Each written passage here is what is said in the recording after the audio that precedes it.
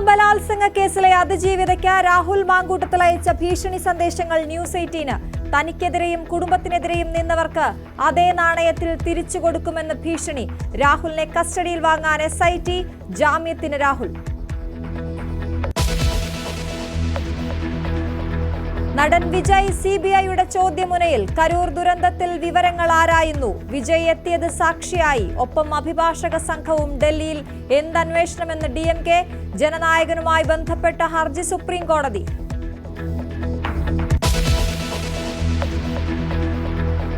PSLV C-62 വിക്ഷേപണം പരാജയം. മൂന്നാം ഘട്ടത്തിൽ സഞ്ചാരപാത വ്യതിചലിച്ചു. സംഭവിച്ചത് വിലയിരുത്തുകയാണെന്ന് ISRO ചെയർമാൻ. തിരിച്ചടി ലോഞ്ചിംഗ് പാഡ് 1-ൽ നിന്ന് വിജയകരമായി കുതിച്ചുയർന്നതിന് പിന്നാലെ.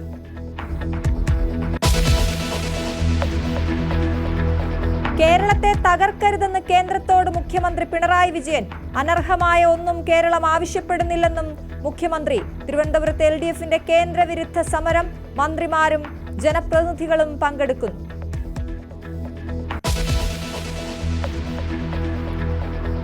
ഇറാനിൽ മരണം 500 കടന്നു. പ്രക്ഷോഭം കൂടുതൽ മേഖലകളിലേക്ക്. ഇടപെടുമെന്ന് ആവർത്തിച്ച് ട്രംപ്. അമേരിക്ക ഇടപെട്ടാൽ തിരിച്ചടിക്കുമെന്ന് ഇറാൻ.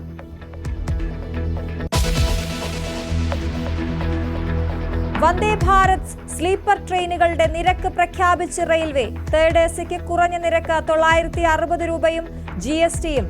സെക്കൻഡ് ACക്ക് 1240, ഫസ്റ്റ് ACക്ക് 1520 രൂപയും. RACയും വെയിറ്റിംഗ് ലിസ്റ്റും ഇല്ല.